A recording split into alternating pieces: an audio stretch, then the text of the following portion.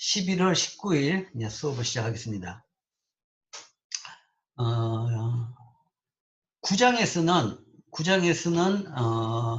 각 무역 정책별로, 그러니까 관세 아니면 수출 보조금 아니면 쿼터제 등등 각 무역 정책별로 그것의 득실, 장단점을 이제 분석해 봤습니다. 분석해 봤고, 이 10장에서는 그냥 전체적으로 다 끌어모아 가지고 자유무역에 대한 찬반 논쟁을 보고 있습니다. 자유무역에 대해서 찬성하는 쪽의 입장, 그 다음에 반대하는 쪽의 입장, 그리고 그 논리, 특히 중요한 건 논리죠. 그 논리에 대해서 보고 있습니다. 그래서 지난 시간에는 찬성론을 봤죠. 찬성하는 입장에서 첫 번째 주장은 당연히 소위 gains from trade 또는 효율적 자원 배분, 자원을 가장 효율적으로 배분한다. 효율 배분이란 것은 쉽게 이야기하면 총잉여가 가장 크다라는 이야기죠. 총잉여를 가장 크게 할 수 있다. 또한 소위 gains from trade가 발생할 수 있다라는 거죠. 그 다음 두 번째는, 찬성론의 두 번째는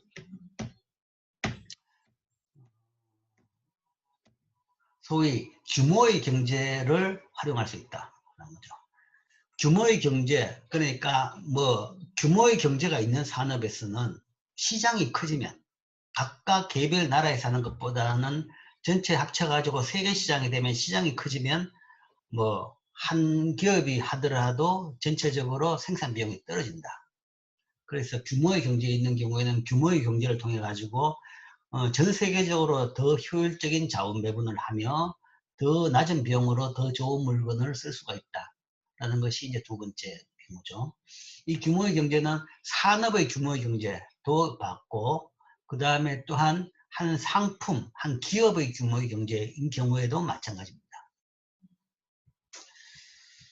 두 번째 찬성론이고, 세 번째는 자유무역을 통해 가지고 견문이 높아지고 더 경쟁이 심해지고 더 큰 시장이 생기면서 파이가 더 커지고 그걸 통해 가지고 경쟁과 혁신 기회가 제공된다. 또한 경쟁과 혁신을 통해 가지고 동태적 이익 또는 동태적 규모의 경제가 발생할 수 있는 거죠. 그게 또 하나 세 번째 이야기할 수 있는 자유무역의 찬성론입니다. 그 다음에 또 하나 할 수 있는 것은 자유무역은 지대 추구를 통한 자원 손실을 회피한다. 렌트 시스템, 지대 추구. 즉, 규제에 따라 가지고 어떤 규제나 아니면 무슨 권한을 줘가지고 그걸 거기에 안주해 가지고 쉽게 돈을 버는 아니면 쉽게 뭔가 하면 살아갈 수 있는 그런 일이 있다 그러면 다들 그걸 하고 싶어 합니다. 그걸 하고 싶어 하죠. 그걸 함으로써 뭔가 하면 오히려 비효율은 더 많아지고 전체적으로 전 국민은 더 나쁜 물건을 더 비싼 가격에 살 수 있게 되는 거죠. 그러니까 어떤 예를 들어서 자유무역보다는 조금 더 어떤 일부분에서는 다른 규제 아니면 다른 무역 장벽이 더 좋다라고 이제 주장을 하는데, 실제 이제 그런 게 있더라도 문제는 뭔가 하면 그런 걸 주고 나면 그 많은 사람들이 이런 렌트 시킹 비헤이브를 하게 된다는 얘기죠. 지대추계적인 행동을 하게 되는 거죠. 그런 걸 통해 가지고 이 효율성이 떨어지고 더 나쁜 상황이 되는, 그걸 막을 수 있다는 거죠. 어떤 이론적으로 더 좋은 대안이라고 하더라도 그것보다는 자유무역을 하는 것이 훨씬 더 이런 인센티브를 줄인다. 또 이제 그 이야기인데, 마지막으로는 자유무역에 대한 정치적 옹호로는 원칙적으로 더 좋은 정책이 있더라도 자유무역이 가장 실현 가능한 정치적 정책이다라는 거죠. 앞에 이야기하는 렌트시킹하고 같은 이야기입니다. 그러니까 지금 나중에도 보겠지만 관세를 통해 가지고 더 좋은 초이스가 있을 수는 있다고 이론적으로 주장할 수는 있습니다. 그러나 그걸 알 수가 없고 어떤 상품에서 어떤 지점이냐 어떤 관세냐 그걸 알 수가 없고, 그 다음에 상태가 계속 바뀌죠. 바뀌는데도 불구하고 보통 그런 식으로 렌트라든지 아니면 규제나 보호를 주고 나면 계속 렌트나 규제나 보호는 늘어나지 줄어들지는 않습니다. 그러니까 자유무역이 아니라 계속적으로 시장을 개입하기 시작하면 개입은 계속 더 늘어날 수밖에 없다. 그리고 이익 있는 사람들이 이제 뒤에 이제 정치 경제를 보겠지만 그런 그 이익 추구적인 행동 때문에 점점점 더 뭔가 하면 그 나라의 경쟁력을 약화시키는 행동을 할 수밖에 없다라는 거죠. 그렇기 때문에 어떤 다른 대안보다 비록 조금 이익이 있는 대안이 있다 하더라도 그냥 다 자유무역시키는 것이 가장 그래도 바람직한 선택이다 라는 것이 자유무역에 대한 찬성을 하는 입장에서의 주장들입니다. 자, 여기까지 지난 시간에 봤습니다. 자, 그러면 이제 반대하는 입장은 어떤 주장이 있느냐. 자유무역에 대해서 반대하는 입장들도 꽤 있습니다. 뭐 최근에 지금 이제 대통령으로 떨어졌지만 미국 트럼프 대통령 같은 경우에 자유무역에 대해서 상당히 반대하는 입장이고 반대하는 입장의 지지로 대통령이 된 사람입니다. 그래서 참 신기한 것이 미국에서는 보면 그 양대 민주당과 공화당이 있죠. 그래서 공화당은 뭐 그 소위 보수 쪽이고 민주당은 진보 쪽인데 공화당은 원래 기본 베이스가 자유무역을 추구하는 쪽입니다. 그리고 민주당은 보호무역을 추구하는 쪽입니다. 정치색은 원래부터 그렇습니다. 원래 성향은 그런데 근데 이제 공화당에서 이 자유무역을 반대하는 주장을 해가지고 이 표를 이끄는 예. 그래서 대통령이 됐죠. 대통령이 됐는데, 자, 이런 사람들의 입장은 뭐냐. 근데 이제 이런 사람의 지금 뭐 미국 대통령 같은 경우에는 그 주장이 사실은 이렇게 치밀한 이론적인 주장은 아닙니다.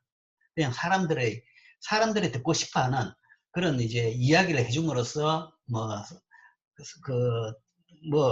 그런 말을 원하는 사람들한테 원하는 말을 해줌으로써 그 사람들의 지지를 얻어가지고 대통령이 됐다고 볼 수 있겠죠.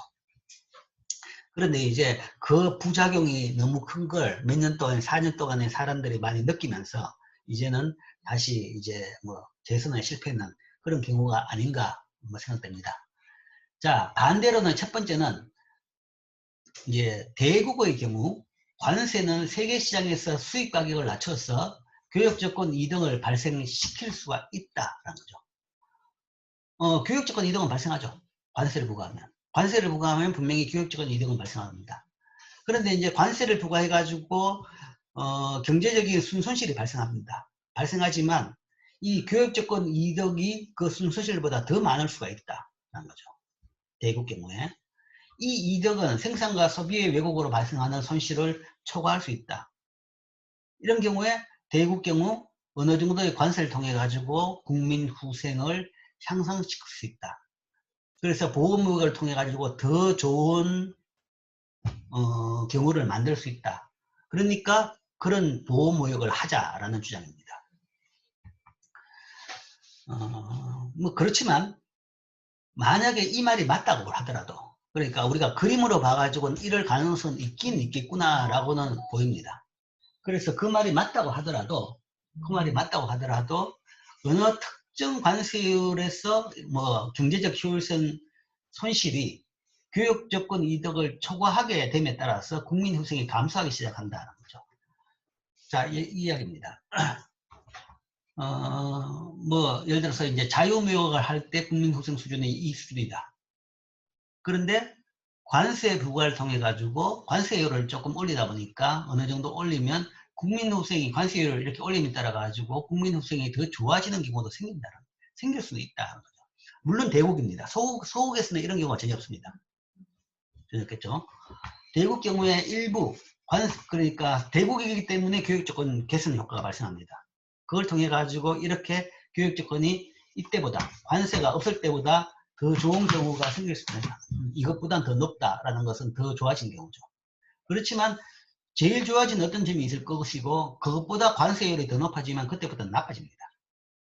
나빠지고 최종적으로 결국은 금지 관세 수입이 하나도 없도록 만든다 그러면 그때 후생 수준은 분명히 관세 없을 때보다는 낮을 것이다 라는 거죠. 최소한 확실한 것은 처음 점하고 요즘하고는 에서 비교했을 때는 이전보다는 이 점이 더 낫다. 그 이야기는 금지 관세보다는 관세 없는 것이 국민 후생이 더 좋다는 것은 분명한 거죠. 그리고 뭐 예외적으로 뭐 대국 경우에는 이때보다는 더 좋은 이런 순간이 있을 수도 있다. 라는 것이 대표적으로 관세를 그러니까 주장하는 사람들의 입장입니다. 그러니까 무역 정책을 하자. 적극적인 무역 정책을 하자. 그러면서 최적 관세를 부과하자. 라는 거죠. 이게 요 지점이 되는 관세를 부과하자. 자, 수입을 완전히 금지하는 관세는 국민 후생을 악화시키죠. 그래서 뭐 그때부터는 악화됐죠. 그래서 국민 후생을 최대화시키는 관세율이 존재할 수는 있습니다. 최적 관세. 그러니까 그 높이가 제일 높은 그 포인트를 우리가 최적 관세라고 합니다.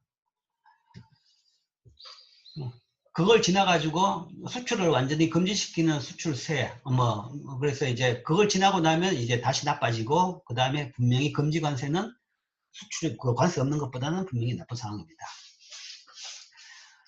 관세 이외에 이제 다른 수출세라는 것도 있습니다. 수출을 금지시키는 수출세. 수출을 금지시키는 수출세금이 어떻게 있을 수 있을까 생각하겠지만, 뭐 그것도 있습니다. 많은 경우에는 수출을 장려하는 수출 보조금이 있죠. 수출 보조금이 있는데 수출을 금지하는 것도 존재합니다. 최근에 여러분들이 많이 들어봤을 겁니다.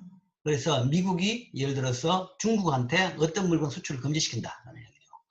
뭐 대부분 나라들이 뭐 이거는 경제적인 이유가 아니고 뭐 국방이라든지 아니면 뭐 안보 차원에서 뭐 어떤 민간 물건에 대해 가지고 아주 하이테크 민간 물건에 대해서는 수출 금지를 한다든지 아니면 뭐 어떤 이제 정치적인 차원에서 수출 금지를 한다든지 그런 거죠. 뭐 그런 차원에서 최근에는 뭐 중국 회사에 대해 가지고 뭐 반도체라든지 아니면 미국 기술이 들어갔던 그런 물건들, 미국 물건뿐만 아니라 미국 기술이 들어갔던 다른 나라 물건마저도 수출 금지 뭐 조치를 취했죠. 뭐 그래서 수출을 금지하는 것도 뭐 이런 것도 있습니다. 근데 이제 이 정치적인 이야기가 아니라 경제적인 이야기를 따져본다 그러면 자, 수출을 금지하는 것은 즉 음의 수출 보조금입니다. 국민 후생을 악화시키지만 즉 수출이 줄기 때문에 그만큼 일자리가 줄게 되는 거죠. 수출을 못하게 되면 수출이 줄기 때문에 생산이 줄여야 되죠. 생산을 줄이려고 그러면 그만큼 일자리가 주는 겁니다. 그런 부분은 있지만 교육 조건을 통해서 국민 후생을 최대화시키는 수도 있다는 거죠. 자, 수출을 금지하게 된다 그러면 그 물건의 가격이 국내에서는 떨어지는 거죠. 세계시장에서는 그러니까 세계시장에서는 교육 조건이 오히려 개선이 되는 거죠. 수출품 가격이 오르니까 교육 조건이 개선이 되는 거죠. 그래서 이걸 통해 가지고 국민후생을 최대화시키는 아까 말한 그 최적 관세와 마찬가지로 교육 조건 개선을 통해 가지고 이 부분에서도 국민후생을 가장 크게 만들 수 있는 수출 세율이 이론적으로는 존재합니다. 뭐 실제적으로 이런 걸 하고 있는 나라는 없지만 뭐 굳이 이론적으로 따져본다 그러면 관세의 딱 정반대가 되는 거죠.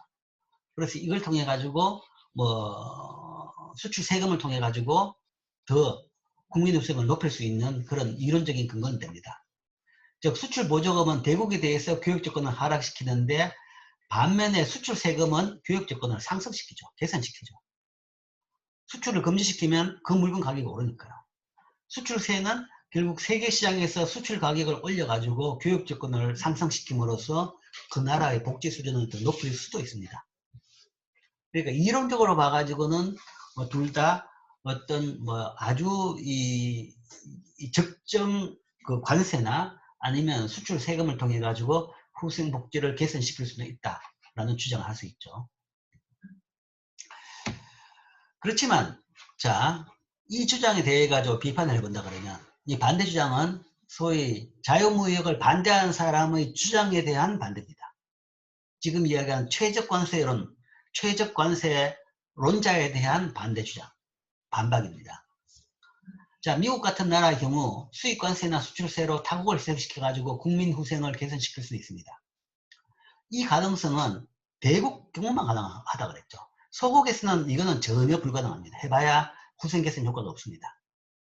후생 개선 없는데 미국같이 대국 경우에는 가능은 하지만 이론적으로 만약에 개선됐다 그러면 그 개선은 그러면 어디서 그 파이가 나왔냐 그러면 결국은 상대국의 국민 후손 희생, 타국의 희생, 과거 무역하는 나라의 희생을 바탕 희생해서 그 파이가 국민 후손 개선 효과가 나왔습니다. 즉 이런 주장은 다른 나라들이 그들 자신의 무역 규제를 제정해서 대국에 대해서 보복할 수 있다라는 것을 무시하는 거죠. 상대국이 보복한다 그러면 이 효과는 전혀 없습니다. 뭐 트럼프 대통령 와가지고 그걸 전 세계 사람들이 잘 관람을 했죠.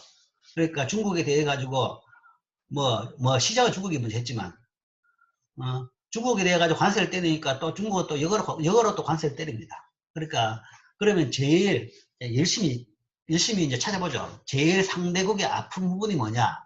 우리가 제일 손에 덜 보고 아픈 부분이 뭐냐? 그래서 중국에서 따져보니까 미국에 대해서는 제일 아픈 부분이 소위 소이빈이라는 것은 소위 매주 쏘는 콩입니다. 콩 부분이 제일 아프더라. 그러니까 중국이 미국으로부터 그 많은 콩을 수입하고 있습니다. 콩을 어디 쓰느냐? 콩 가지고 소, 돼지 키우는 거죠. 소, 돼지 키우는 거. 중국 사람들이 뭐 매주는 안 쓰고 대부분 소, 돼지 키우는 그런 그 용도로 쓰죠. 그러니까 중국 사람들이 세계적으로 돼지를 제일 많이 먹죠. 돼지를 많이 먹는데 그 돼지 사료용으로 많이 수입을 합니다. 그 반대 보복으로 뭔가 하면 그 소이빈에 대해 가지고 수입 딱 금지시키고 나니까 그 다음에 이제 트럼프 대통령의 표의 기반이 되는 그 농민들이 뭔가 하면 못 살겠다라고 나오는 거죠. 자, 이런 식으로 보복을 하는 겁니다. 이런 식으로 보복을 하면 결국은 이 효과는 없어지고 더 결국은 양국 다 나쁘게 되는 거죠. 그렇기 때문에 뭐 일방적으로 내가 마음대로 할 수 있다 그러면 어떻게 조금 할 수 있는 여지는 있을지 모르지만 대부분 나라들이 뭐 거기에 대해 가지고 나름대로 뭔가 또 대응을 하는 겁니다. 그런 경우에는 이 효과를 결국 얻을 수는 없다 이런 이야기죠. 그러니까 제일 센 나라마저도 뭔가 하면 상대국에 또 반항을 하게 되면 이게 안 되는 거죠. 그 다음 두 번째로 자유무역을 반대하는 사람의 입장은 이거죠. 이게 사실은 제일 큰 그 반대론자를 확보하고 있는 논리입니다. 자, 자유무역에 반대하는 둘째 주장은 자유무역을 차선의 정책으로 만드는 국내 시장 실패가 존재할 수 있다. 그러니까 다른 부분에서 굉장히 더 큰 문제가 있기 때문에 그 문제를 해결하기 위해서 자유무역을 희생하자라는 얘기입니다. 자유무역을 희생하더라도 그 문제를 해결하는 것이 더 중요하다. 그런 큰 시장, 국내 큰 시장 실패가 존재한다. 자, 그런 것은 어떤 것이 있느냐? 이제 몇 가지를 이야기하겠습니다. 소비자 잉여와 생산자 잉여를 이용해서 계산하는 경제적 효율성은 시장이 기능을 잘 발휘하고 있는 경우에서 우리가 설명되고 논리적 근거가 될 수 있습니다. 근데 시장이 잘 기능을 안 하는 경우에는 사실은 우리가 뭐 gains from trade 아니면 총익이가 극대화되는 자유무역이다 라고 하는데 그게 안 그럴 수가 있다는 이야기죠. 자, 그런 대표적인 예가 어떤 경우냐? 여러 가지가 있는데, 자, 첫 번째, 지속적이며 높은 과소고용 상태입니다. 고용, 보통 이 문제죠. 이 문제 때문에 자유무역에 대해 가지고 태클이 들어옵니다. 수입품을 막아라 라는 이야기죠. 임금이 조정되지 않기 때문에 노동시장에서 해소되지 않는 과잉노동이 존재한다. 그러니까 자유무역은 뭐 어쨌든 양국 다 더 효율적이 된다라는 것은 뭐 수입품이 되는 업종은 그 업종의 근로자들은 수출품 쪽으로 이동하면서 재배치됨으로써 양국이 다 서로 효율적인 선택을 할 수 있다라는 이야기죠. 그 이야기는 결국은 신축적인 시장의 반응을 가정하고 있습니다. 신축적인 시장의 반응. 그러니까 시장의 반응이란 것은 소위 자원의 이동, 뭐 특히 근로자의 이동이죠. 이 산업이 안 되면 이 산업으로 간다. 아무 비용 없이 쉽게 갈 수 있다라는 건데 실제 현실적으로는 그게 잘 안 되는 부분이 꽤 있던 거죠. 자, 지속적으로 높은 과소고용 상태다. 즉, 뭐 항상 뭐 미국 선거 때마다 나오는 이야기가 러스트밸리 이야기가 나오죠. 러스트밸리라는 것은 그 사실은 그게 언제 나오냐 그러면 1970년대 시작된 겁니다. 50년 된 겁니다. 50년 됐으면 이동하고도 끝났죠. 이미 그때 그것 때문에 그 해고된 사람은 이미 돌아가셨을 겁니다. 그런데도 불구하고 계속 그 얘기가 나오는 겁니다. 1970년대 석유파동 때부터 시작해가지고 그 지역이 소위 경쟁력을 잃어가지고 러스트 밸리가 된 건데 50년 동안 지금 이야기를 계속하고 있는 겁니다. 자, 그 이야기는 뭔가 하면 우리가 가정하는 만큼 신속하게 자원 이동이 안 이루어진다. 재배치가 안 이루어진다는 거죠. 물론 이제 그 문제도 있지만 지금 정치적으로 이야기하는 것은 그것보다는 이제 그게 어젠다죠. 어젠다고 그걸 명분으로 해가지고 반대하고 이제 그걸 가지고 정치적으로 그 악용하는 것들이 활용하는 것이 대부분이죠. 대부분인데 그런데 분명한 것은 우리가 이론에서 이야기한 만큼 그렇게 신축적으로 자원 이동은 안 이루어지는 건 맞습니다. 특히 노동의 경우가 심하죠. 노동의 경우는. 자본은 필요하면 뭐 빨리 이동하는데 노동은 이동이 쉽지 않은 것이 뭐 나이가 들었는데 새로 뭔가 하면 첨단 산업, 첨단 기술을 교육받는 것은 굉장히 힘들죠. 그렇기 때문에 대부분 구조조정이 되면 자영업이라든지 아니면 뭐 일용직으로 돼버립니다. 구조조정으로 기존 회사에서 실직이 됐다. 그러면 아주 소수가 뭔가 하면 비슷한 업종으로 갈 수 있지만 만약에 그 산업 자체가 경쟁력을 잃은 산업에서 구조조정이 됐다. 그러면 다른 산업으로 새로운 산업으로 우리가 말하는 소위 말해서 수출 산업으로 못 가는 거죠. 수출 산업은 새로운 기술이고 첨단 기술이고 그렇기 때문에 배우기가 너무 힘들죠. 그렇게 되면 그 구조조정 사람들은 항상 일자리를 못 구하고 실업자로 유지되어 있는 거죠. 그러니까 과소고용 상태, 실업자가 많은 상태에 있다는 말은 결국은 시장이 제대로 신축적으로 기능이 안 돼 있는 상태다. 이런 경우에는 아니 뭐 효율을 좀 줄이더라도 일단 우리 자동차 수입 좀 막아가지고 이 문 닫는 공장 문 안 닫게 하자. 그러니까 이런 거죠. 이게 대표적인 자유무역 반대입니다. 반대론자. 그 미국에서도 사실은 뭐 러스트밸리 50년 끌고 있는 것이 이런 논리 때문에 사실은 구조조정을 계속 딜레이 시킨 겁니다. 딜레이 시켜가지고 유지된 거죠.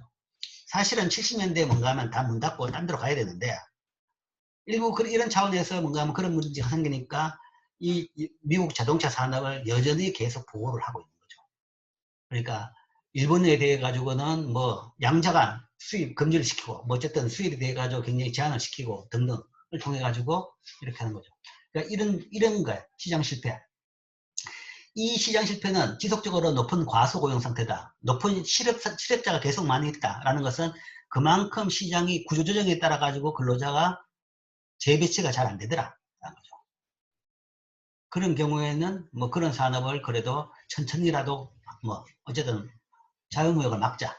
이 논리죠. 이게 제일 대표적인 논리입니다. 그 다음에 구조물, 장비 및 다른 형태의 자본의 지속적인 과소고용 상태가 있다. 가격이 조정되지 않기 때문에 자본시장에서 해소되지 않는 과잉 자본이 존재한다.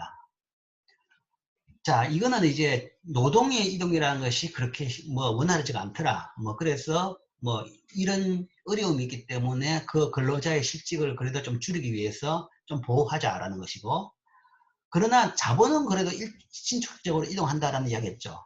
그렇지만 일부 자본은 그것도 신축적으로 이동을 안 하는 경우가 있습니다. 이거의 대표가 뭐냐? 이것도 러스트밸리인데 이 대표가 뭐 자동차 산업의 자본도 있지만 그거보다는 더 큰 것이 철강입니다. 철강 같은 경우는 장치 산업입니다. 철강이라는 것은 고로 산업 같은 경우는 장치 산업이기 때문에 전기로는 장치가 아니죠. 전기로 같은 경우는 쉽게 줄일 수 있습니다. 그거는 전기 가지고 쇠를 녹이는 산업 같은 경우에는 뭐 전기 요금이 주로 비싸기 때문에 전기 요금은 뭐 덜 만들면 되는 거죠. 쉽게 줄일 수 있습니다. 그러나 고로라는 것은 그 석탄하고 뭔가 철강석을 때려 넣어 가지고 쇠물을 빼는 그런 큰 용광로죠. 이거는 한번 시작하면 스탑을 못해요.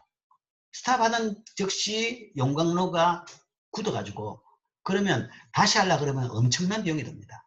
몇 달을 그냥 문 닫아야 되고 엄청난 비용이 드는 거죠.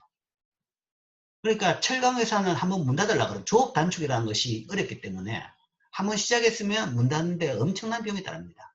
그리고 그 설비를 한번 만드는 비용이 엄청나게 비싸죠. 그런 경우에는 끝까지 버티는 겁니다. 끝까지 버티고 결국은 구조조정이 쉽지가 않은 거죠. 그래서 그러면 이런 산업은 보호하자. 미국이 지금 현재 보호하고 있는 양대 산업이 자동차하고 철강입니다. 자동차하고 철강. 이 두 개가 대표적으로 이거죠. 이거는 과소고용 때문에, 이거는 지속적인 과소가동 상태. 이 두 부분이죠. 이것들이 이제 대표적인 시장 실패 유형. 그러니까 이쪽 산업에서의 구조조정이 잘 안 되기 때문에 무역을 막아가지고 해결하자. 그 다음에 일반적으로 개도국 같은 경우에는 재산권이 잘 정의되지 않거나 행사되지 않는 경우, 뭐 이런 경우에 그런 일이 많이 생깁니다. 재산권이 잘 정의되거나 뭐 행사되지 않는 경우. 그렇다 그러면 이제 기업 활동을 잘 안 되는 거죠. 잘 안 된다 그러면, 기업 활동이 잘 안 된다 그러면 뭐 신축적으로는 이동조차도 없는 겁니다. 없기 때문에 계속적으로 시장이라는 것이 제대로 안 돌아가는 겁니다.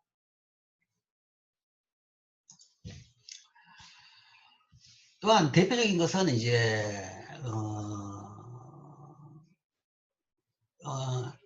소위 뭐랄까 외부 효과입니다.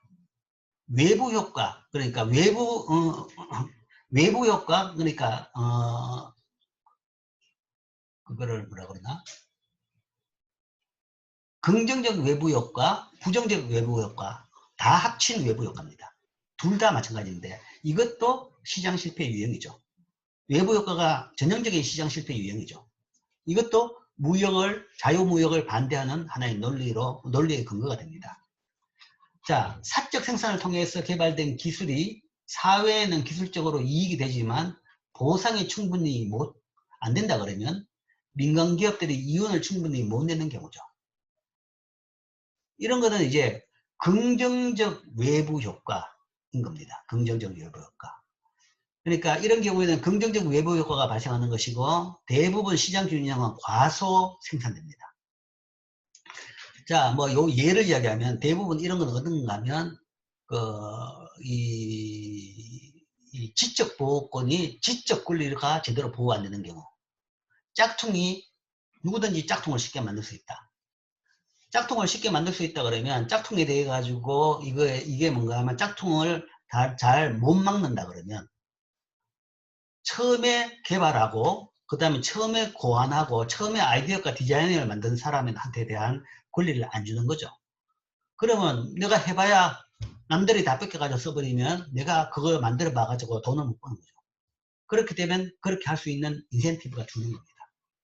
그래서 이런 경우에는 별로, 그러니까 과소 생산된다라는 이야기죠.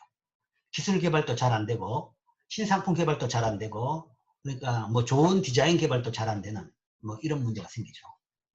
뭐 그런 경우라 그러면 이것도 이제 대표적인 시장 실패 경우죠. 그 다음에 이제 반대 경우, 그러니까 부정적 외부 효과. 공해 산업이 대표적으로 부정적 외부 효과죠.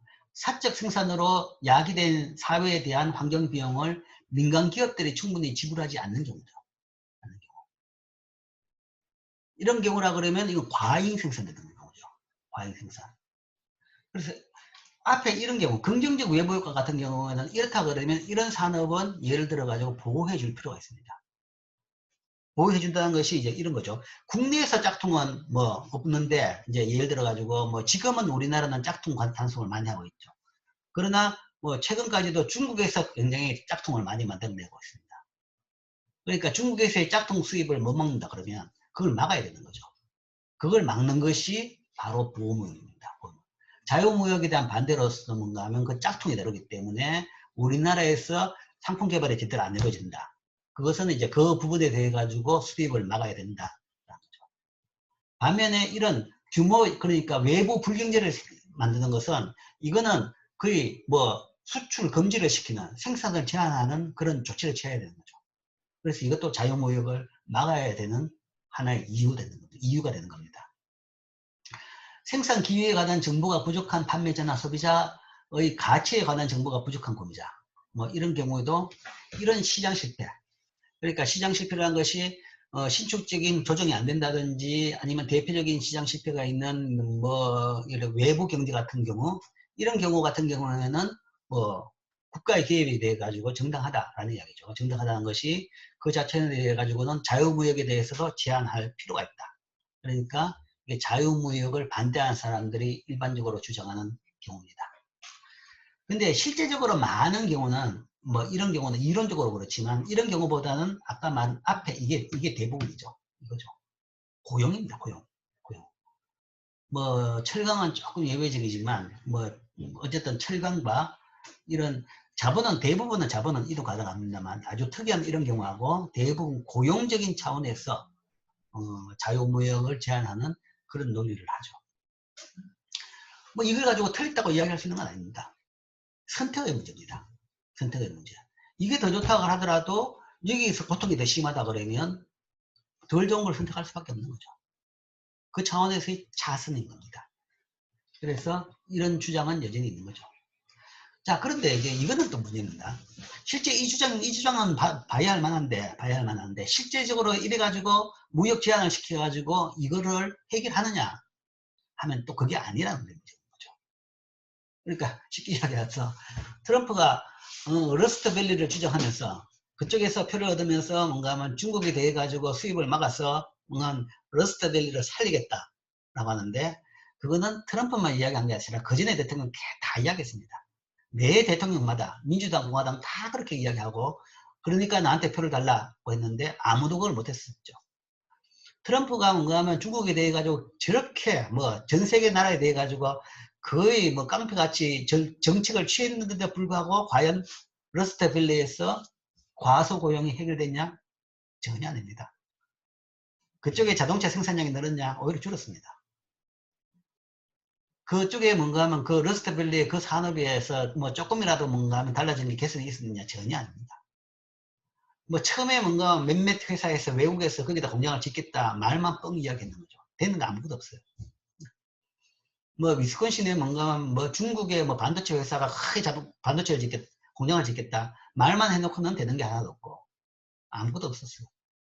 그러니까 이것도 이론적으로는 그럴 수 있는데 실제적으로 이게 가지고 이득이 있습니다. 그러니까 주장은 할 수 있어요. 주장할 수 있는데 과연 이 문제를 해결할 수 있는 반자유주의적 아니면 무역 정책이 정확하게 있느냐라는 거죠. 그게 잘 없더라는 거예요. 굳이 한다 그러면 이런 구조조정이 딱 크게 발생했다. 구조조정이 크게 발생할 이슈가 생겼다.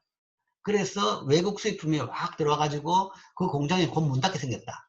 그렇다 그러면 최소한 그 공장이 문 닫고 어느 정도 이동할 수 있는 사람은 이동할 수 있을 정도로 속도를 줄이는 정책은 가능해요.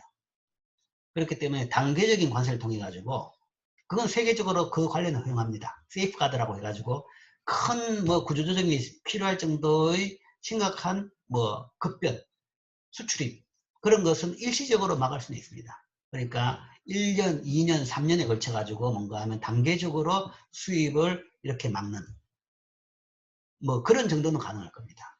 그런 정도는 가능하지 그걸 수입을 막아 가지고 일자리를 새로 만들어내겠다. 없어진 일자리를 만들어내겠다. 이거는 소위 정치가들의 소위 이제 정치 노름에 그 국민들이 그 놀아나는 이제 그런 꼴이 되는 셈이죠. 자, 이게 안 들어옵니다. 뭐, 이 이야기를 이제, 이론적으로는 뭐 이런 주장을 할 수 있다라고 했죠. 그 이론에 대해서 이제 좀 더 구체적으로 이론적으로 이야기해 보죠. 이런 시장 실패 유형을 한꺼번에 다 이야기해가지고 생각해 본다 그러면 경제학자들은 사적 생산이 사회에 제공하는 추가적인 이익을 나타내는 사회적 한계 이익을 개선한다. 자, 이걸 봅니다. 이 그림을 보면 알 수 있습니다. 자, 관세가 어떻게 이제 뭐 예를 들어 가지고 국내 시장 실패를 줄일 수 있다. 아까 말한 대로 뭐 최저관세가 아니라 최저관세까지 안 가더라도 그냥 관세를 통해 가지고 시장 실패를 줄일 수 있다. 하는 것인데 이 이야기는 소국에도 허용됩니다. 아까 말한 대로 최저관세 이론은 소국에서는 전혀 허용이 안 되죠. 전혀 적용은 안 됩니다. 안 되지만 이 논리는 소국마저도 허용됩니다. 즉 이게 관세가 없는 세계시장 가격이고, 그렇다 그러면 자유무역에서는 생산량이 S1이고 수요량이 D1이고 이 폭만큼이 수입이 될 겁니다. 수입이 되는데, 자, 이 산업을 보호하자. 그래가지고 그만 T만큼 관세율을 부과했습니다. 그렇게 되면 국내 가격이 이렇게 높아지죠. 이렇게 높아지면 이제 생산량은 S2로 늘어나고 가격이 높아졌으니까 수요량은 D1으로 줄어들고, 거기에서 수입량은 이만큼으로 줄어들죠. 옛날에 이만큼인데 이제 이만큼으로 줄어들었죠. 자, 이렇게 수입이 줄어들었지만 그 경우에 우리가 뭐 소고기라 그러면 교육조건 개선 효과가 없다. 그런 경우에는 소위 경제적 순손실이라는 것이 이 부분과 이 부분이죠. AB만큼의 순손실입니다. A라는 것은 소위 비효율적인 기업이 생산을 함으로써 발생하는 자원의 비효율. B는 소비를 해야 되는 소비자들이 소비를 못하게 되는, 가격이 비싸졌기 때문에 못하기 때문에 발생하는 소비의 소위 비효율로 발생하는 손실. 그래서 이게 소위 경제적 순손실 부분의 A, B만큼이죠. 이 사각형이야 관세로 국가 세금으로 들어가니까 국민들이 국가가 그 세금을 나눠주면 되는 거니까 문제가 없죠. 그래서 A, B는 손실입니다. 그래서 관세가 안 좋다, 결국은 비효율적이다 라는 이야기를 하는데, 여기에 이제 이게 아까 말한 대로 총잉여를 제대로 계산을 못 해낸다 라는 주장을 하면 달라지는 거죠. 총잉여를 계산을 제대로 못 해낸다. 이 공급곡선이라는 것이 사실은 비용곡선인데, 이거 자체에서 뭔가 하면 소위 이 생산 과정에서 발생하는 이익을 제대로 반영을 못 한다. 아까 말한 대로 외부 경제가 있는 경우, 아니면 외부 경제가 있는 경우, 즉 그 이야기는 S1만큼 생산했을 때 사회적 한계이익, 이거는 여기서 나오는 것은 이거는 사적 한계이익이죠. 이건 사적 공급고이고 사적 수요가 없으니까. 그런데 여기에 고려 안 되는 사회적 한계이익이 있다. 사회적 한계가 있다.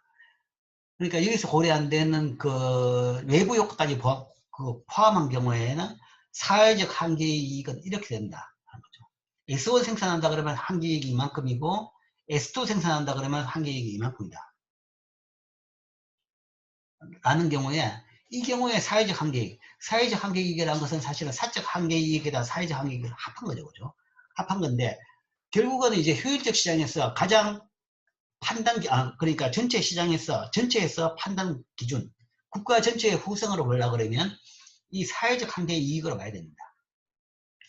시장 균형을 믿는 이유는 시장에서 외부 경제가 없다 그러면 이 사적 잉여가 사회적 한계이익하고 동일하기 때문에 이 균형이 바람직하다라는 이야기인데, 만약 여기다 고려 안 되는 외부 효과가 있다 그러면 그걸 감안해 가지고 사회적 한계이익을 계산하는 경우에 이렇게 됐다. 자, 차이가 나죠. 이 선이 한계이익이기 때문에 총이익은, 소위 총잉여는 이 면적입니다. 왼쪽 면적이죠. 이 한계선과 그 다음에 그 밑을 이루는 면적입니다. S1만큼 생산한다 그러면 그 경우 그 사회가 얻게 되는 총잉여는 이 면적입니다. 면적이죠. 이 면적이라는 것은 여기서 이야기한다 그러면 여기서는 이거죠. 이게 생산자 잉여고 그 다음에 이게 소비자 잉여죠. 이 면적과 이 면적을 합치고 거기다가 더 있는 고려 안 된 추가된 사회적 잉여까지 합친 거죠. 그죠? 그러면 그게 그 면적이 바로 이 면적입니다.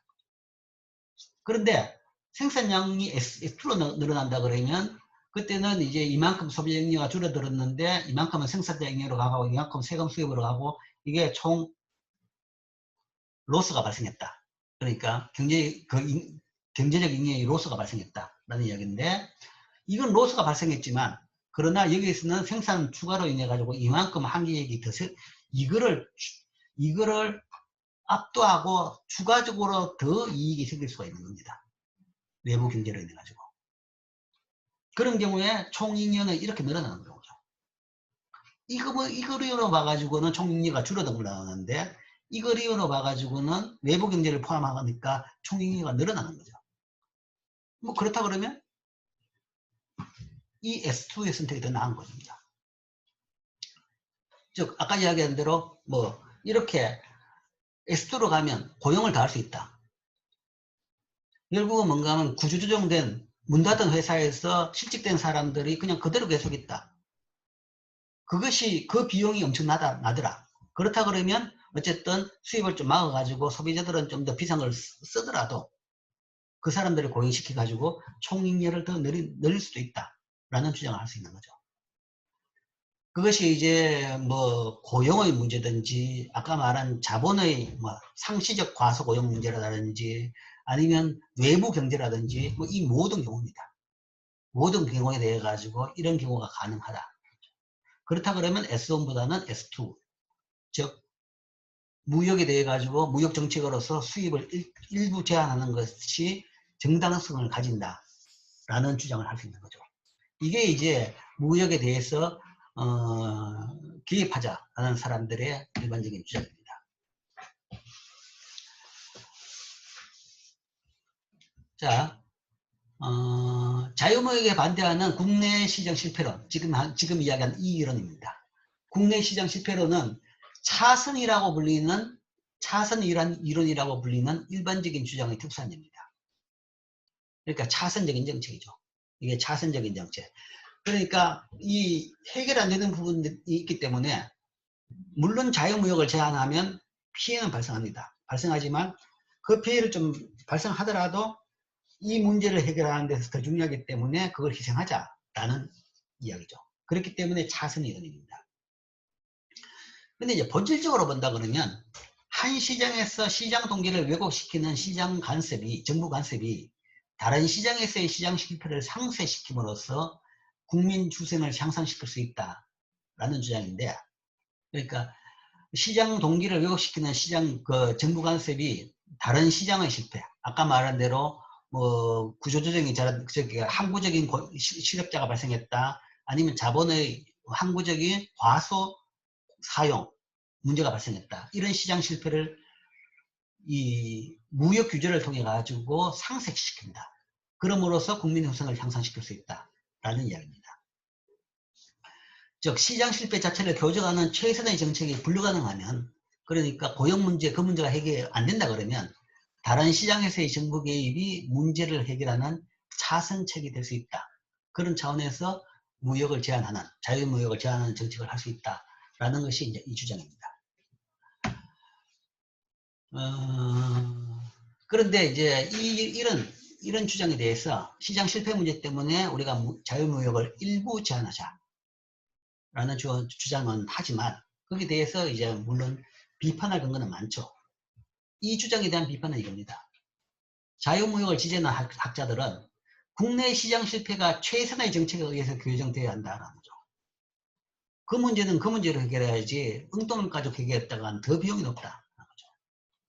고용시장에서 문제에서는 고용시장 문제를 해결해야 된다. 예를 들어 가지고 예를 들어서 이 근로자들의 재배치가 잘 안 된다. 그러면 그걸 원활하게 재배치할 수 있도록 여러 재교육이라든지 아니면 여러 다른 대안적인 직장을 만들어 준다든지 그런 걸 통해 가지고, 아니면 직장 알선 이런 걸 통해 가지고 해결해야지, 그걸 가지고 들고 와서 완전히 엉뚱한 무역 제한으로서 해결할 수 있는 건 아니다라는 이야기죠. 본질적으로 차선책으로 해결하는 것보다는 본질적인 문제로 해결하는 것이 맞다. 최선의 문제로 교정돼야 된다. 최선의 정책은 문제의 근원을 직접 겨냥한 국내 정책이다. 즉, 철강에 대해서 이제 또 마찬가지입니다. 언제까지 철강을 보호해 줄 것이냐는 겁니다. 언제까지 철강을 보호해 줄 것이냐.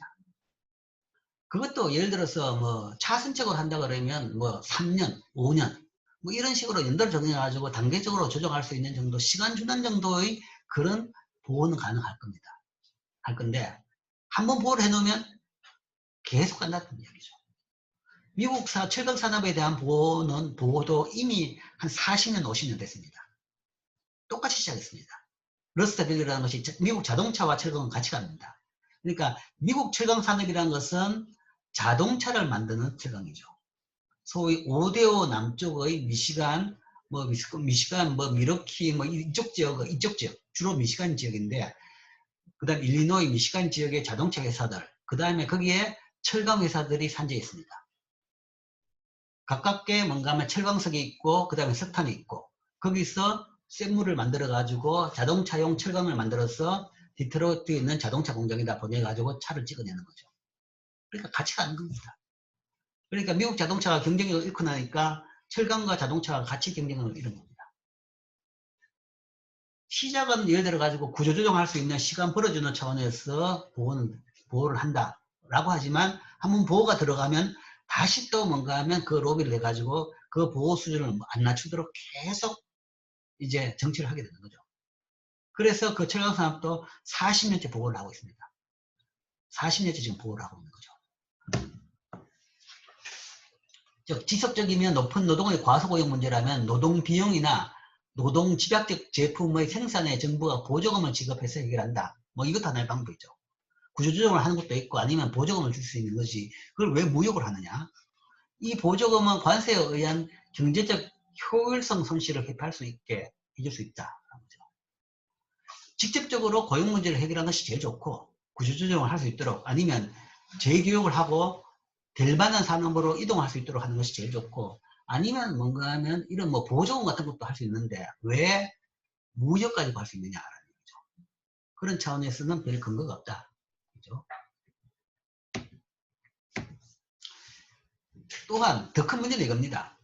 이런 문제 정책이 되고 나면 그 다음에 모든 주장 같은 경우는 정치적으로 그 다음에 이 로비에 의해 가지고 좌우됩니다. 실제 경제에서는 세계에서는 시장 실패가 언제 그리고 얼마나 존재하는지가 불확실합니다. 알 수가 없습니다. 그렇게 되면 보호를 원하는 산업들은 모든 산업에서 다 우리 시장 실패가 있다. 우리 보호해달라. 라고 하는 거죠. 하나 보호해주면 왜 쟤만 보호해줘? 우리도 보호해줘. 이렇게 다 일어나는 거죠. 그러면 얼마만큼 시장 실패가 있었는지 얼마만큼 보호를 해줘야 되는지 거기에 대한 판단도 못하게 되는 거죠. 가능한 한 많이가 되는 거죠. 즉 시장 실패를 다루기 위한 정부 정책은 정치적으로 강력한 집단에 의해서 조정된다. 그러니까 경제 위에 있는 것이 항상 정치입니다. 정치가 뭔가 하면 효율성보다 뭔가 하면 표가 더 중요하니까 이렇게 하라 그러면 하는 겁니다. 그러니까 뭐 예를 들어서 공항이 이거는 뭐 위험하다 아니면 뭔가 비효율적이다 비용이 너무 많이 든다 라기보다는 지금 당장 선거에서 이게 더 중요하다 그러면 이 공항을 하는 겁니다. 그러니까 모든 기존에 뭔가 하면 이 판단이라든지 아니면 그 결정을 뒤엎는 거죠. 그러니까 항상 정치는 경제 위에 있습니다. 그러니까 경제를 잘하는 사람들이 그걸 판단해가 정치를 해주면 제일 좋죠. 제일 좋은데 경제를 몰라서 그럴 수도 있고 몰라서 경제적인 선택을 무시하는 경우도 있고 알면서도 뭔가 하면 당장에 눈앞에 있는 이익이 우선이기 때문에 그런 주장을 할 수도 있는 겁니다. 즉 전체적인 효율성 차원에서 정확한 바꿀 수 없는 정책을 법을 안 만들어 놓는다 그러면 항상 그러니까 정부가 이런 식으로 정부 시장에 개입하기 시작하면 그때부터는 본물이 터지는 거죠. 본물이 터지면 대부분 정치적으로 강력한 집단에 의해서 조정이 되는 겁니다. 그러면 그쪽이 이익이 보는 쪽으로 가게 되는 거죠. 그러면 전반적인 효율성은 떨어질 수밖에 없겠죠. 생산자들과 소비자들의 동기를 왜곡시키기 때문에 무역정책은 상황을 악화시키거나 개선시키지 못하는 의도하지 않는 결과를 가져옵니다. 그러니까 전체적으로 일관성을 가지는 정책이 중요한 거죠. 이게 뭔가 한번 일관성을 깨뜨리고 어떤 걸 보여줬다. 그러면 왜 거기만 이것도 하자 저것도 하자 그런 식으로 분물을 치면서 소위 이제 경제적인 논리는 그때는 이제 들어갈 여지가 없어지는 거죠. 그렇게 되면 이제 뭐 경제성평가는 왜 하냐 할 필요가 없는 겁니다. 어차피 정치적으로 결정될 테니까요. 경제성평가 하는 것 자체가 비효율입니다. 그 비용조차도 쓸데없는 거죠. 그냥 정치적으로 결정되면 끝인 거죠. 그렇기 때문에 결국은 차선 논리라는 것이 논리적으로는 그렇듯하지만 그게 사실은 바람직하지 않는 주장인 겁니다. 현실성이 없다는 거죠. 현실적으로. 이게 너무나 정치적인 주장인 겁니다. 이 모든 부분에서 이제 그런 주장이 있는데 차선 이론이 있는데 차선 이론이라는 것은 기본적으로 그런 차원에서는 취약할 수밖에 없는 것이죠. 그래서 이제 경제가 그러니까 미국 같은 경우에도 사실은 트럼프가 들어와가지고 뭐 중국하고 분쟁을 일으켜가지고 일부 국민들은 굉장히 시원하게 속 시원하게 생각하죠. 그러니까 우리의 힘을 보여줬다라는 거죠. 그런 차원에서는 속이 시원했지만 실제 경제적으로 얼마나 이득이 있었냐에 대해 가지고는 다들 퀘스천입니다. 둘 다 손해입니다. 그런 분쟁이 생기면 둘 다 루즈입니다. 미국하고 중국하고 둘 다 손해입니다. 누가 이득 보냐? 제3국이 이득 보죠. 서로 그 물건을 수입하고 수출 안 한다 그러면 결국은 다른 나라에 가서 수입하는 겁니다. 미국이 예를 들어 중국이 미국 소이빈 아까 말한 대로 이 대두콩을 안 산다. 그러면 중국은 어디서 가서 샀느냐? 브라질 가서 산 거죠. 그래서 브라질 농민들이 덕을 많이 봤습니다. 지금은 이제 좀 그 문제가 어느 정도 좀 타협을 해가지고 다시 미국에서 소이빈을 사들이고 있죠. 콩을 대두를 사들이고 있는데 당장 중국에서도 이제 반발하면서 미국 콩을 안 사면서 어떻게 되냐 그러면 결국은 브라질 콩을 사들인 겁니다. 뭐 이런 식으로 결국은 둘 다 손해보게 되는 거죠. 자, 그래서 이 정치에 의해 가지고 경제가 좌우되기 시작한다 그러면 하나라도 한 부분이라도 좌우되기 시작하면 그때부터는 전체가 무너지는 그런 문제가 생길 수 있죠. 자, 그 다음에 3절 무역정책의 정치적 무역. 결국은 이제 무역정책은 정치적으로 많이 좌우된다. 되는 것 같이 보이죠. 그리고 현실적으로 뭔가 하면 그런 예가 많이 눈에 보입니다. 많이 보이고. 그렇기 때문에 사실 국가 간의 분쟁에서 정치적인 분쟁보다는 경제적인 분쟁이 더 많습니다. 무역 분쟁이 훨씬 더 많죠. 훨씬 더 많습니다. 많은 분쟁의 근본 바탕은 그 경제적인 요인입니다. 경제적인 이유입니다. 경제적인 이유 때문에 서로 분쟁을 하죠. 그러니까 뭐 중국하고 인도하고 국경 분쟁을 왜 하냐? 그만큼 그 국경 안에 자원이 더 많을 것 같으니까 더 면적이 높으면 거기서 뭔가 하면 자원이라든지 더 많이 경제적인 것을 얻을 수 있을 것이기 때문에 가능한 내 땅을 더 많이 차지하겠다는 이야기입니다. 지금 사실은 미국하고 중국하고의 이 분쟁의 가장 키포인트는 시발점은 어디냐 그러면 남진해입니다. 남진해.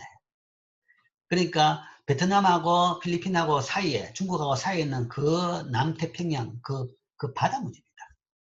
그 바다를 중국이 세계적인 관리와 무관하게 소위 12L의 영해의 그 원칙을 깨고 뭔가 아마 그게 다 자기 바다라고 주장하고 있는 거죠. 그래가지고 산호초에다가 막 콘크리트를 부어가지고 비행장을 만들고 이 근처는 다 우리 땅이다, 우리 바다다 라고 주장하면서 이제 문제가 시작된 겁니다. 그래서 중국의 일반적인 주장을 막겠다라는 것이 이제 미국의 거기에 대한 태클인 것이고 그게 분쟁의 시작할 점입니다. 결국은 그러면 그 남진해의 바다를 왜 탐하느냐 그러면 그 바다 속에 있는 많은 석유부터 시작해가지고 자원인 거죠. 통행것도 있지만 더 중요한 것은 자원인 겁니다. 자원이 있기 때문에 경제적인 이유 때문에 이제 그런 이제 정치적인 군사적인 그런 충돌까지도 갈 수 있는 그런 사태가 생긴 겁니다. 자, 이제 그거는 이제 세계 정치의 이야기고, 자, 이 무역 정책에 대해 가지고, 그래서 무역이라는 것은 아까 말한 대로 보호해주기 시작하면 이제 다 서로 보호해달라. 라고 이제 정치적인 이슈가 되는 거죠. 로비에 의해서 좌우되고, 정치 집단에서 좌우된다. 자, 그게 이제 메인 포인트입니다. 실제 이제 미국에서도 보호해주는 것이 아까도 이야기한 바와 같이 주 보호 대상은 소위 러스트밸리라고 해서 왜 그러면 하필 거기냐? 라고 하면 왜 자동차 산업이냐 7강이냐 라고 하면 거기가 스윙 스테이트이기 때문에 그렇습니다. 그러니까 미국은 선거제도가 이상해 가지고 이거는 뭐 국민 1인당 하나가 아니라 뭐 주별로 결론된 오로와 나색입니다. 그런데 거주는 항상 간당간당해요. 간당간당 좌우로 왔다 갔다 하는 겁니다.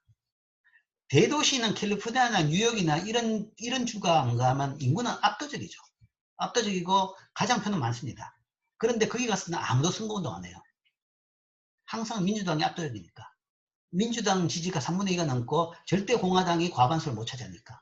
해봐야 소용이 없고 민주당도 절대 선거운동 안 하더라도 항상 그만큼 나오니까 아무런 것도 안 합니다. 대도시에 대해 가지고 미국에서는 선거운동 안 해요. 왜 그 지역이냐 그러면 그 지역이 왔다 갔다 하기 때문에 그 지역에 가서 주로 선거하고 그게 스윙 스테이트고 그래서 그 지역 사람들한테 을 끌어주는 그런 이야기들이 주로 먹히는 거죠. 먹히는 거고, 그거 가지고 계속 이제 싸우는 거죠. 그게 정치적 모형에 따라서 경제적인 의사결정이 이루어지는 과정입니다. 그 이야기가 지금 여기 나옵니다. 무역 정책의 정치적 모형. 자, 어떻게 무역 정책이 결정되는가? 구체적으로 이야기하면 그 소위 자동차 산업의 보호, 철강 산업의 보호, 관세율을 어떻게 할 것이냐. 이게 어떻게 결정되느냐. 이제 이 과정에 대한 얘기입니다. 정부가 국민 후생보다는 정치적 성공을 극대화하는 모형이다. 라는 거죠. 근데 경제적 결정보다는 더 중요한 것은 사실은 정치적인 결정이죠. 표죠. 그 대표적인 모형이란 것이 중위자 투표자 정리. 미디엄 보트 티오리라고 합니다. 미디엄 보트. 미디엄이란 것은 중위죠. 평균이고 중위는 딱 중간 사람입니다. 중간 보트, 미디엄 보트, 중위 투표자. 그러니까 선거 사람들의 성향에 따라 가지고 줄을 쫙 세웠으면 그 중에서 딱 중간에 있는 사람들에 따라 가지고 결정된다는 겁니다. 중간에 있는 사람들의 성향에 맞도록 의사결정이 이루어진다. 거기에 따라 가지고 선거가 당락이 결정되니까. 후생 모형보다는 정치적 성공을 극대화하는 모형. 여기에 따라서 무역정책, 관세가 결정된다. 즉 중위자 투표자 정리. 그 다음에 집단적 행동. 그러니까 누가 더 집단적으로 강한 보이스를 내느냐, 목소리 크냐, 어떤 사람들의 목소리가 커지느냐, 여기에 따라 좌우된다. 또한 중위자 투표하고 집단적 행동을 결합한 모형. 이 두 모형 또는 이 두 모형을 결합한 모형. 이것이 결국은 무역정책을 결정하는 주 모형이더라. 그렇죠?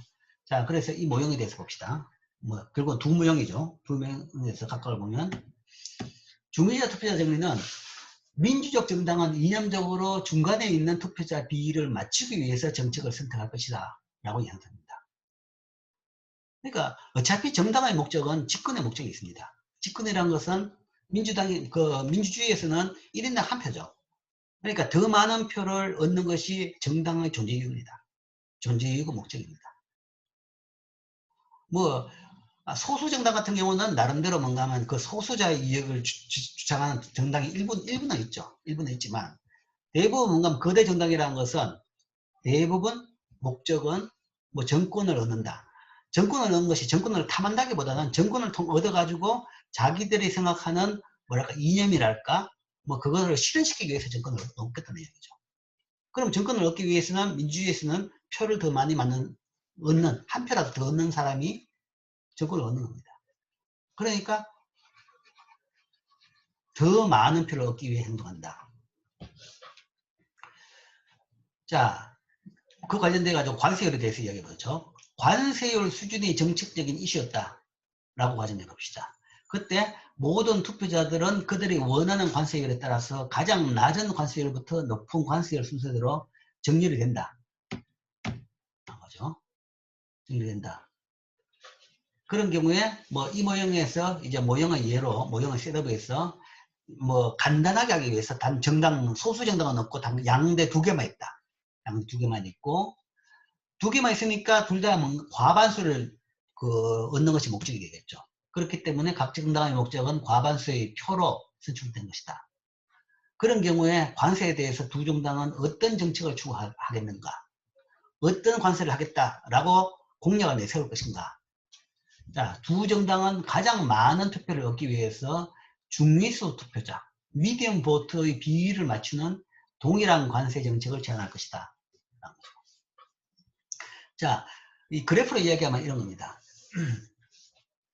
자, 이게 이제 공급곡선하고 비슷한 형태인데, 이게 그냥 이렇게 생각하면 됩니다. 사람들마다 다 100명이면 100명, 유권자가 100명이다. 그럼 100명한테 다 물어보죠. 자, 관세율을 몇 퍼센트 하면 되겠습니까? 무관세, 0.1%, 0.2% 사람마다 쭉 나름대로 이야기하겠죠. 이야기했고, 그 산업에 있는 사람은 100%다. 무조건 관세 많이, 다 있겠죠. 나름대로 사람마다 관세에 대한 생각이 있을 겁니다. 있다 그러면 그 조사를 다 해가지고 그 사람들이 부르는 관세율을 순서에 따라 가지고 줄을 딱 세운 거죠. 제일 왼쪽에 있는 사람은 제일 낮은 관세를 생각하는 사람, 제일 오른쪽에 있는 사람은 가장 높은 관세를 생각하는 사람이라는 거죠. 자, 여기서 그러면 이 양 정당은 자, 우리는 관세율을 몇 퍼센트 하겠다라고 하겠습니까? 라는 이야기입니다. TA만큼 관세율을 하겠다라고 만약에 공약을 내세우면 지지율이 이거밖에 안 됩니다. 요 끝이 요거죠. 여기서 요 사이 사람만큼만 원하는 것을 만족시키는 거죠. TA만큼 관세를 하겠다. 그러면 이쪽에 있는 사람들은 별로 만족 안 하겠죠. 근데 물론 이제 대안의 문제죠. 양당이라면 둘 중에 하나 있으면 되죠. 선택이죠. 결국은 이제 그 문제입니다. A 정당에 T를 하겠다. 그럼 B 정당에 TB를 하겠다. 라고 선택하면 어느 정당이 과반수가 될 것이냐라는 이야기죠. B 정당이 과반수가 된다는 겁니다. B만큼이 더 많은 사람이 지지를 얻는 겁니다. 즉 중간으로 올수록 더 많은 지지가 얻는 겁니다. 그렇다 그러면 이렇게 생각되면 얘는 다시 또 이쪽으로 또 가는 거죠. 또 가고. 그럼 얘도 다시 또 이쪽으로 가고. 서로 경쟁적으로 뭔가만 중간으로 가는 겁니다. 중간으로 갈수록 더 많은 표를 얻게 되니까.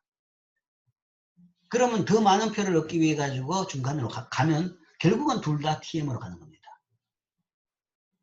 그래서 이 중의자 미디엄 보트 세오리에 따르면 결국은 모든 정당은 두 정당은 결국은 다 똑같은 공약이 나올 것이다. 딱 중간값. 처음에는 이 제일 왼쪽에 있는 것은 그러니까 예를 들어서 미국 예를 이야기한다 그러면 민주당은 그러니까 이 보호 항상 보호죠. 그러니까 이쪽을 선택할 것이고 그 다음에 공화당 같은 경우에는 시장 중심이니까 뭐 자유무역 이쪽을 겁니다.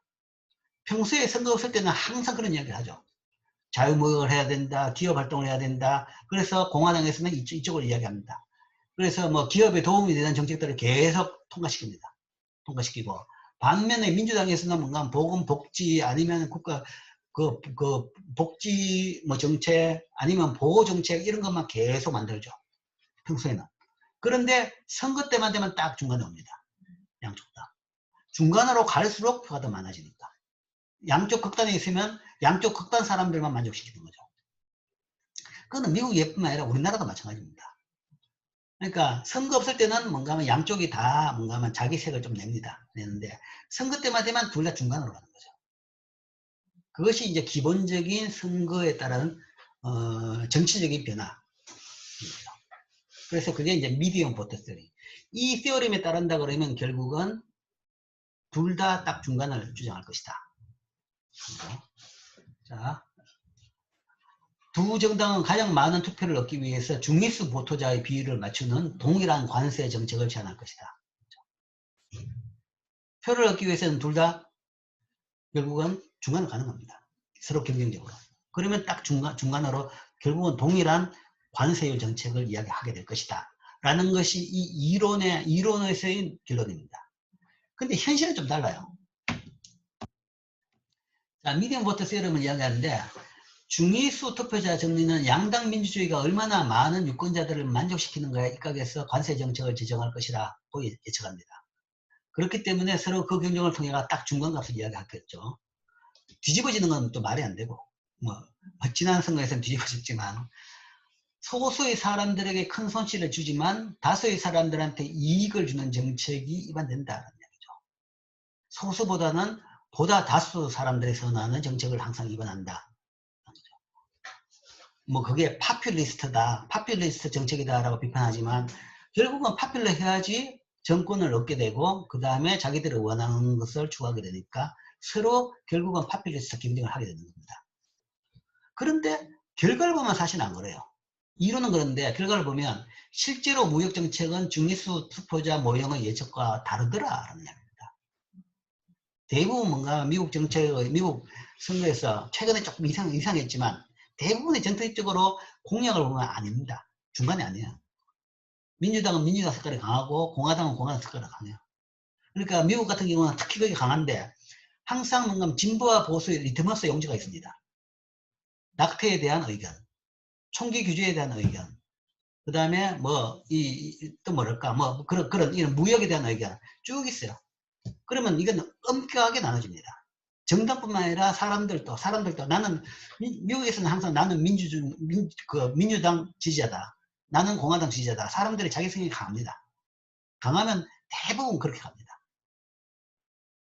그러니까 대부분 그렇게 하는 거죠. 그러니까 성적 문제에 대해 가지고 뭐 예를 들어 가지고 뭐 낙태뿐만 아니라 뭐 예를 들어서 이 뭐고 소수자 성에 대해 가지고 그런 개방적 자세 이런 거에 대해서 민주당과 공화당은 엄격하게 차이가 납니다. 그러니까 이 관세에 대해서도 항상 민주당은 그러니까 뭐 보호 정책을 주장하고 공화당은 자유무역을 주장하는 거죠. 물론 트럼프 대통령이 아주 예외적으로 이상한 주장을 하긴 했지만 정책 방향은 틀려요. 항상 다릅니다. 그러니까 미디엄 보터 세어림이 정치적으로는 파워풀한 이론이지만 관세에 대해 가지고는 맞지가 않더라라는 게 이제 하나입니다. 맞지가 않은데 그럼 왜 그러냐에 대해 가지고 이제 그 보완적인 정책으로 나오는 이론으로 나온 것이 아까 말한 두 번째 이론입니다. 집단적 행동의 문제. 집단적 행동의 문제. 정치 활동은 종종 집단적 행동의 문제로 묘사됩니다. 단체로서 소비자는 자유무역을 찬성하고자 하는 유인을 가지지만 개인으로서 소비자는 이러한 유인을 지니지 않는다는 이야기죠. 왜냐하면 그 이득이 자유무역을 찬성하는 데 드는 비용과 시간에 비해서 크지 않기 때문에 그렇다.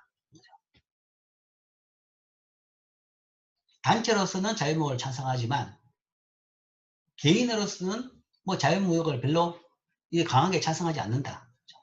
그렇기 때문에 사회에는 큰 손실을 끼치나 개인한테는 작은 손실만 끼치는 정책들은 강력한 반대에 부딪히지 않는다. 뭐 예를 들어서 이런 거죠. 보호를 해준다. 그러니까 관세를 통해 가지고 보호를 한다. 보호를 한다 그러면 뭐 그래서 이제 보호된 상품은 가격은 좀 높을 겁니다. 그럼 전반적으로 소비자들은 좀 손해를 보게 되겠죠. 그래서 물건 가격이 오르니까 그 관세율을 낮춰야 된다라고 운동하는 사람 별로 없어요. 그렇지만 예를 들어 가지고 보호를 해주면 내 일자리가 유지된다. 이런 사람은 뭔가 목숨 걸고 그 보호를 위해 가지고 나가는 거죠. 그게 이제 집단적 행동의 문제입니다. 자유무역으로서 큰 손실을 보는 집단, 예를 들어 실업자들의 경우에는 그 집단의 개인은 그가 원하는 정책을 옹호할 강한 동기를 가지는 거죠. 손해를 크게 보는 사람들, 일자리가 없어지는 사람들은 진짜 목숨을 걸고 자유무역을 반대하는 겁니다. 그러나 이 경우에 무역 제한을 옹호하기 위해서 요구되는 비용과 시간은 실업 비용에 비해서 적죠. 실업 때문에 엄청나게 뭐 인생이 그냥 무너지는데 그걸 막기 위해 가지고 뭐 데모 좀 해봐야 뭐 그거 뭐 시간 얼마고 뭐 얼마나 힘들겠습니까? 이 정도는 충분히 할 만한 거죠. 그러니까 이게 뭔가 하면 운동에 비해 가지고 거기에 대해 가지고 훨씬 더 많은 이익을 끼치고 끼치는 사람들이 보이스가 크다라는 이야기입니다. 누가 집단적 행동을 하느냐? 손해를 많이 보는 사람들이 집단적 행동을 한다. 개인적으로 하나. 총량으로 봐가면 반대입니다. 총량으로 봐가지고는 가격이 더 높아지면 전체 국민 후생으로 봐가지고는 그게 더 손해입니다. 그렇지만 전체 양으로 국민 후생이 감소하지만 개인적으로는 가격이 조금 오른 거죠. 그렇다 그러면 개인적으로 그것 때문에 나서진 않는 거죠. 그러나 소수의 사람들이 그 산업에서 일자리를 잃게 된다. 그러면 그게 국가 전체의 총익에 비해서는 사실 미미합니다. 미미하지만 그 한 사람 한 사람 겪는 그 고통은 엄청나게 큰 거죠. 그러면 소위 이제 목숨 걸고 나가가지고 거기에 대해 운동을 하게 되는 거죠. 자, 그게 이제 집단적 행동을 하게 되는 논리입니다. 즉, 정치가들은 결국은 이제 합치게 되면 이 두 개가 합쳐진 거죠. 합쳐져 가지고 무역 정책이 나오는 겁니다. 정치가들은 중위수 투표자 정리가 의미 있는 대중적 인기 정책을 옹호하기 때문에 선거에서 부분적으로 승리할 수 있지만 선거운동에 필요한 돈이 작은 문제인 겁니다. 작은 문제. 이게 이제 우리나라보다 이제 미국 경우인데 우리나라는 이제 이런 부분이 크진 않지만 미국은 로비가 합법화된 나라입니다. 그렇기 때문에 자기 주장에 따라 가지고 자기가 원하는 쪽에다가 돈을 냅니다. 이 돈이 문제죠. 이 자금은 집단적 행동 문제를 안고 있지 않으면서 특별한 이해관계가 있는 정책을 기꺼이 수용하는 단체로부터 나올 수 있는 거죠.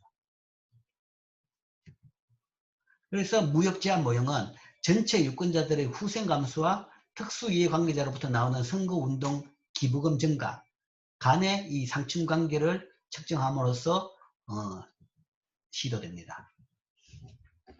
그래서 이제 그런 산업들이 자동차나 철강 산업들이 이제 주로 보호를 받았죠. 그 다음에 이제 눈이 안 띄는 그런 산업들이 주로 이제 숨겨져 있는 산업들이 있습니다. 주로 농업이라든지 아니면 섬유라든지 이제 그런 산업들이 그런 차원에서 보호를 받게 됐습니다.